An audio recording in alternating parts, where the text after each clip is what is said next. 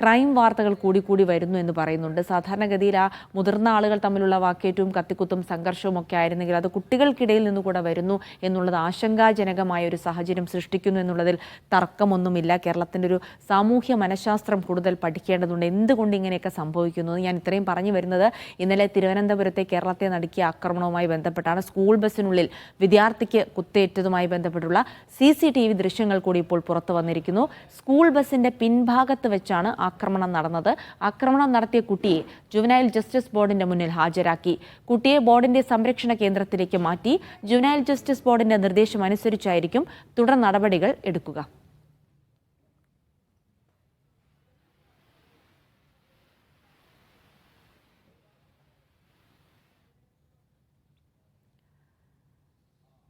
സാജിദ് അജ്മലുണ്ട് വിവരങ്ങൾ നൽകാനായി.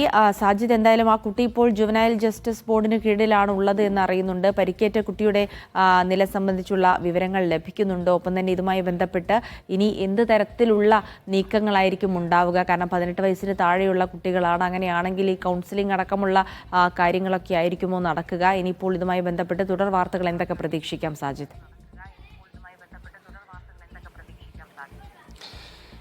ജിൽസി, ഇന്നലെ വൈകുന്നേരം 4:30 കൂടിയാണ് ഈ സംഭവം ഉണ്ടാകുന്നത്. ഈ +1 വിദ്യാർത്ഥി 9ാം ക്ലാസ്സിൽ പഠിക്കുന്ന ഒരു കുട്ടിയെ ലാബിൽ ഉപയോഗിക്കുന്ന കത്തി കൊണ്ട് കുത്തുകയായിരുന്നു.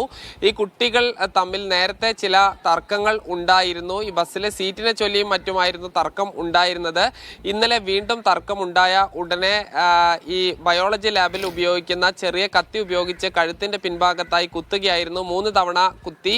പരിക്കേറ്റ 9ാം ക്ലാസ് വിദ്യാർത്ഥി മെഡിക്കൽ കോളേജിൽ ചികിത്സയിലാണ്. കുട്ടിയുടെ ആരോഗ്യനില തൃപ്തികരമാണ് എന്നുള്ളതാണ് ഡോക്ടർമാർ അറിയിക്കുന്നത്.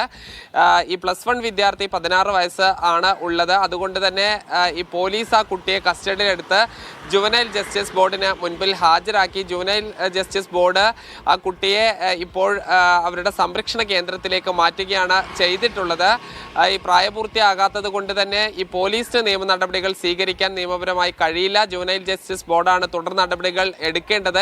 ആ കുട്ടിക്ക് ജിൽസി സൂചിപ്പിച്ച പോലെ തന്നെ ആദ്യം ഒരു കൗൺസിലിംഗ് സ്വഭാവത്തിൽ നൽകുകയും അതോടൊപ്പം തന്നെ ജുവനൈൽ ജസ്റ്റിസ് ബോർഡിന്റെ കീഴിൽ തന്നെയുള്ള ശിക്ഷണ നടപടികളിലേക്ക് പോവുക എന്നുള്ളതായിരിക്കും ഉണ്ടാവുക. എന്തായാലും നിലവിൽ ആ സംരക്ഷണ കേന്ദ്രത്തിലാണ്, ജുവനൈൽ ജസ്റ്റിസ് ബോർഡിന്റെ സംരക്ഷണ കേന്ദ്രത്തിലാണ് ആ വിദ്യാർത്ഥി ഉള്ളത്.